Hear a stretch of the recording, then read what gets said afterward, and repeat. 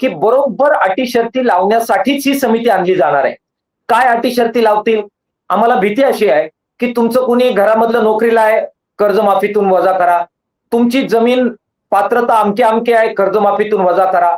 तुम्ही 3 वर्ष सलग कर्जमाफी मध्ये भाग घेतलेला नाहीये, तुम्हाला कर्जमाफी मिळालेली नाहीये. तुम्ही नियमित 3 वर्ष कर्ज फेडलेलं आहे. याचा अर्थ कर्ज फेडण्याची तुमची क्षमता आहे, मग कर्जमाफीतून तुम्हाला वगळा.